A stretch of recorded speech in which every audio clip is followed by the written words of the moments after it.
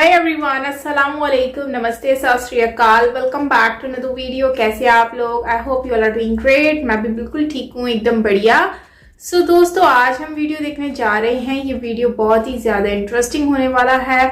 Video basically है, आपको पता है कि पाकिस्तान में करंट सिचुएशन क्या चल रही है और उसी सिचुएशन को देखते हुए हम देख रहे हैं कि गवादर में जो है वो काफ़ी हालात ख़राब नज़र आ रहे हैं चाइनीज़ की वजह से, क्योंकि चाइनीज वहाँ पे प्रोजेक्ट कंटिन्यू रखे हैं और उसके बाद और भी बहुत सारे प्रॉब्लम्स जो है वो देखने को मिल रहे हैं। सो चलते हैं और जल्दी से देख लेते हैं कि भाई क्या सीन चल रहा है गवादर में और क्या मामलात हुए हैं। सो ओरिजिनल वीडियो का लिंक आपको मिल जाएगा नीचे डिस्क्रिप्शन में, सो आप वहां से ओरिजिनल वीडियो वॉच कर सकेंगे। और चैनल पर नहीं तो जल्दी से सब्सक्राइब करने एंड बेल आइकन को ऑल नोटिफिकेशन पे प्रेस कीजिए ताकि सारे वीडियोस आपको मिलते रहें। पाकिस्तान की जनता ने दौड़ाया सुरक्षा कर्मियों को, सेना को, पुलिस को। पाकिस्तान में ग्वादर पोर्ट पर चीन के खिलाफ विद्रोह उग्र, दोस्ती टूटने के कगार पर आई। आखिरकार पाकिस्तान की जनता ने दिखाई अपनी ताकत, सेना को दौड़ाया और विद्रोह ने ले लिया उग्र रूप। दोस्ती गई तेल लेने। पाकिस्तानियों के हक हैं किसी भी प्रोजेक्ट से ज्यादा जरूरी, ये कहा पाकिस्तानियों ने। चाइनीज प्रोजेक्ट के विरोध में फिर जाग उठा हक दो तहरीक प्रोटेस्ट। गुस्साए प्रोटेस्टर्स ने की लिंक को भी ब्लॉक कर डाला वो एक्सप्रेसवे जो जोड़ता है पाकिस्तान के ग्वादर पोर्ट और पाक मेन हाईवे को। हिंसक हो गए हैं विद्रोही। बलूचिस्तान के ग्वादर पोर्ट पर रहने वाले चीनी लोगों को दे डाली पाकिस्तान छोड़कर जाने की चेतावनी। आखिर ये हो क्या रहा है पाकिस्तान में, जिस प्रोजेक्ट को लेकर पाकिस्तान की सरकार इतनी एक्साइटेड थी? आखिर जनता इसे लेकर इतनी नाराज क्यों हो गई? क्या चाइना का बेल्ट एंड रोड इनिशिएटिव यानी कि BRI प्रोजेक्ट, सपना जो है उसका चीन का बनाने का, वो अधूरा रह जाएगा? क्या चीन पाक इकोनॉमिक कॉरिडोर बनना इतना जरूरी है पाकिस्तान की सरकार के लिए? क्या पाक सरकार चाइना से दोस्ती निभाने में इतनी मशगूल हो गई कि अपने ही नागरिकों का अच्छा बुरा सोचना भूल गई? इंटरनेट बंद, शांति भंग, जनता परेशान, बलूचिस्तान का हाल बेहाल, बिजली पानी तक मिलने में हो रही है दिक्कतें। आखिर क्या कारण है पाकिस्तान के ऐसे हालातों का?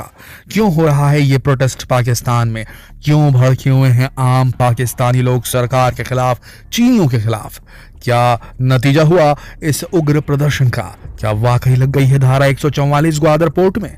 दोस्तों, आपके मन में भी कई सवाल होंगे पाकिस्तान के हालातों को लेकर। चलिए हम देते हैं जवाब आपके सवालों के। दोस्तों, पिछले 2 महीने से पाकिस्तान के बलूचिस्तान में ग्वादर ईस्ट बे एक्सप्रेस को प्रदर्शनकारियों ने ब्लॉक किया हुआ है।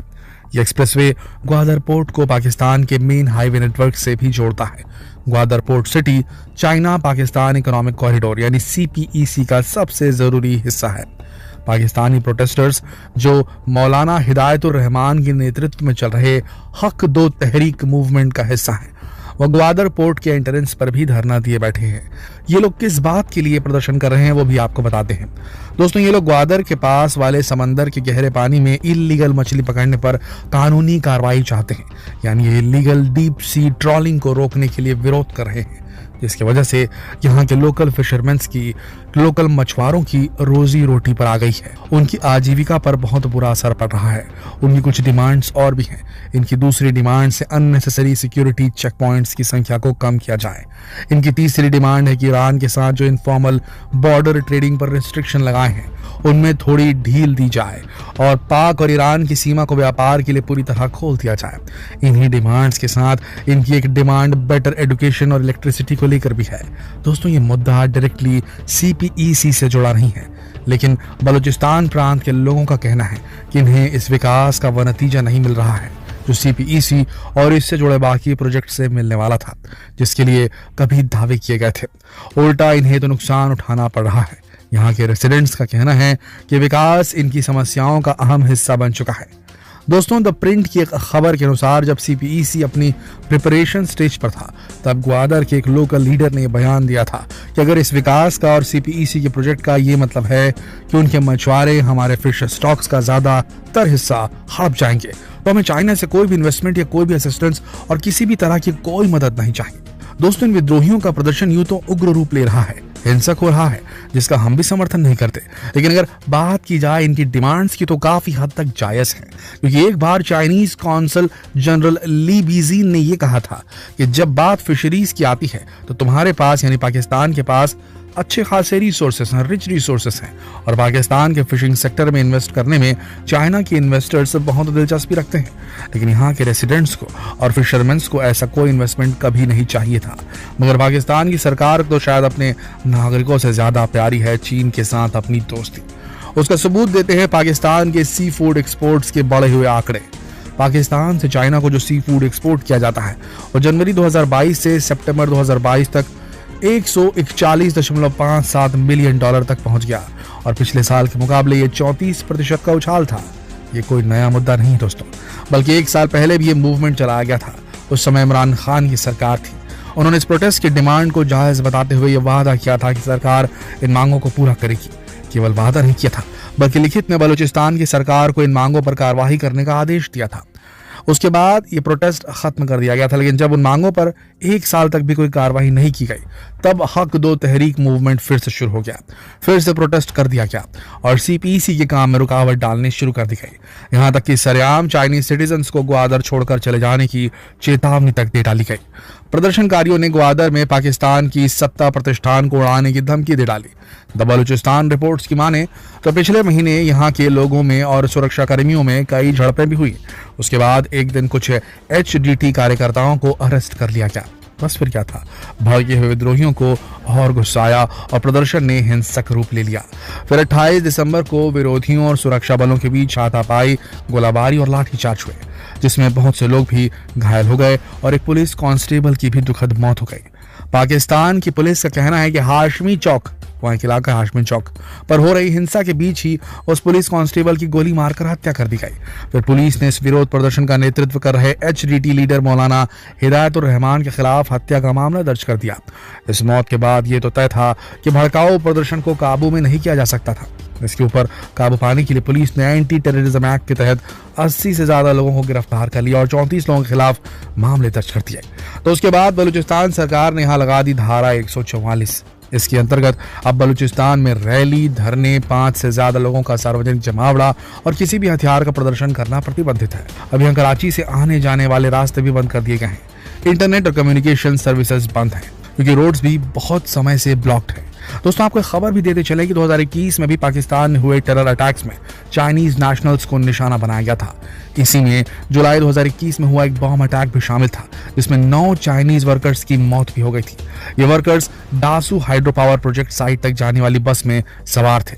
उसके बाद बीजिंग ने पाकिस्तान से मांग की थी, सरकार से मांग की थी पाकिस्तान की, कि वो चाइनीज नेशनल्स को, चाइना वालों को जो कि पाकिस्तान में काम कर रहे हैं, उनकी सुरक्षा की गारंटी दे। फिर पाकिस्तानी प्राइम मिनिस्टर शहबाज शरीफ बीजिंग गए और उन्हें सबूत दिया कि उनकी सुरक्षा भी पाक एजेंडा में अब शामिल कर ली गई है।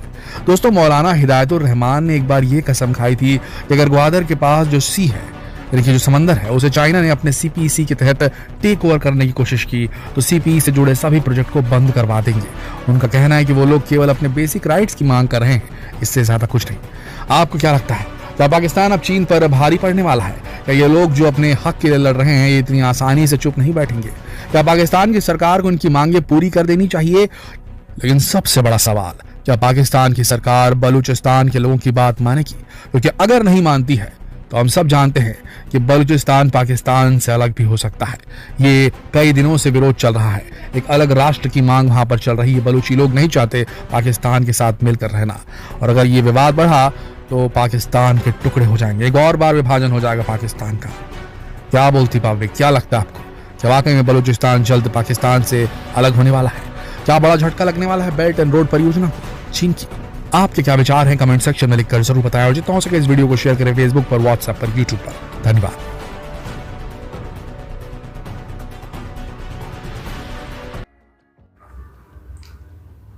तो यहाँ पे वीडियो एंड होती है दोस्तों, लेकिन जो यहाँ पे मेन बात है ना वो यही है कि हमारे यहाँ पर जो कंडीशन है ना अभी वो बहुत ज़्यादा ख़राब चल रही है। ठीक है, तो अगर पाकिस्तान ने सीरियसली अगर कुछ एक्शन नहीं लिया तो यकीनन आने वाले वक्त में पाकिस्तान को बहुत कुछ फेस करना पड़ेगा, जिसमें पॉसिबल है 1971 वाली जो सिचुएशन है वो हो सकता है अगेन स्टार्ट हो जाए आने वाले 1 से 2 साल के अंदर, क्योंकि जिस तरह से सिचुएशन देखने को मिल रही है तालिबान और जो बलूचिस्तान के लोग हैं वो मिल चुके हैं और वो इस पर एक्शन ले रहे हैं।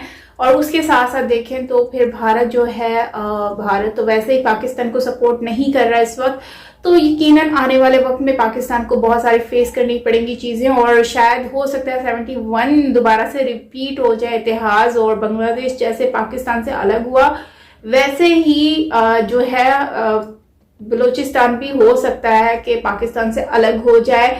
कुछ पता नहीं है। लोग पहले आज से 2 साल पहले की बात है जब मैं देखती थी कि मेजर गौरव आर्या जो है वो इस बात पर एनालाइज किया करते थे और कहते थे कि पाकिस्तान के टुकड़े हो जाएंगे, पाकिस्तान अलग हो जाएगा। और बहुत सारे लोगों ने तारिक फातिहा जी ने भी इस पर बात कही थी, आने वाले वक्त के लिए एनालाइज किया था। तो वही बातें आज के दौर में हमें अगर हम याद करें तो काफ़ी चीज़ें वो सच नज़र आ रही हैं दिखती हुई। तो अनफॉर्चुनेटली ये सब कुछ हो रहा है, बट क्या हो कर सकते हैं, लेकिन हम कोशिश करेंगे कि पाकिस्तान की जो कंडीशन है वो बेहतर से बेहतरीन हो। लेकिन जो सिचुएशन नज़र आ रही है और अब देखें जो है उनके राइट्स उनको नहीं दिए जा रहे बलूचिस्तान को। और फिशरी का भी रिसेंटली लास्ट कुछ मंथ्स पहले की बात है कि चाइनीज गवादर में फिश वगैरह पकड़ने के लिए, मछलियां पकड़ने के लिए चाइनीज आए हुए थे। तो उस पर जो है वो बलूचिस्तान के जो लोग हैं उन्होंने बहुत ज्यादा गुस्सा दिखाया था और गुस्से का इजहार किया कि भाई ये क्या हो रहा है, हम लोगों का हक है, ये हमारा राइट है, तो आप लोग क्यों आ रहे हैं मछलियां पकड़ने। तो उस बात तभी बहुत ज्यादा इशू हुआ था। तो खैर ये जब तक गवर्नमेंट इसके ऊपर कंट्रोल नहीं करती तो जाहिर सी बात है कुछ भी नहीं हो सकता। और फिर ये जो आज मतलब कि हम आने वाला वक्त अभी से देख पा रहे हैं कि क्या होने वाला है आने वाले वक्त में। और मुझे डर इस बात का है कि 1971 दोबारा से स्टार्ट ना हो जाए। और अगर 71 दोबारा से रिपीट हो गया तो फिर पाकिस्तान के काफ़ी ज़्यादा पीसेस हमें देखने को मिलेंगे अनफॉर्चुनेटली। तो इस पर जो है हमारी ये जो गवर्नमेंट है इसको फोकस करना चाहिए। और तालिबान भी इन्वॉल्व हो गया है, तो आप सोचें कि उनका राज आ गया है। आप देखें ना जो भी अफगानिस्तान के बॉर्डर के साथ पाकिस्तान का जितना भी पार्ट लगता है वहाँ पर अभी खतरा ही है एक हिसाब का। आप देखिए खतरा ही है, डर ही है कि कहीं से ये लोग आके कुछ कर ही ना जाए। खैर आप लोग क्या कहेंगे इसके ऊपर ज़रूर शेयर करें कमेंट सेक्शन में। बाकी बलोचों को उनका राइट मिलना चाहिए भाई। उन लोगों की वहाँ पर या तो फैसिलिटीज़ प्रोवाइड करें, उनकी ज़रूरियात ज़िंदगी को पूरा करें, नहीं तो फिर उनको जो है वो आज़ाद करें। एक ही बात हो सकती है ना, उनकी मतलब कि हर कोई आज़ादी हासिल करना चाहता है, उनको फैसिलिटीज़ दें, वहाँ मॉल्स बनाएं, वहाँ पर सुई गैस बिजली हर चीज़ प्रोवाइड करें, पानी प्रोवाइड करें, वहाँ पर हर सहूलियात ज़िंदगी दें ताकि उनको भी फील हो कि हाँ यार हम पाकिस्तान का पार्ट है और हम लोग को भी दूसरी कंट्री की तरह हमें भी राइट्स मिल रहे हैं। तो अब देखें, और सी पैक भी अब बंद हो गया, तो सी पैक जाहिर सी बात है जब सी पैक मुझे लगता है कि कंप्लीट होगा ही नहीं, मेरी जिंदगी में तो नहीं होगा मुझे लग रहा है। जिस तरह चाइनीज आते हैं भाग जाते, आते हैं भाग जाते, तो पता नहीं मजाक ही हो रहा है कोई। आप क्या कहते हैं कमेंट में बताएं। बाकी मिलते हैं नेक्स्ट वीडियो के साथ, अपना ख्याल रखिएगा। Till then take care, lots of love, bye bye.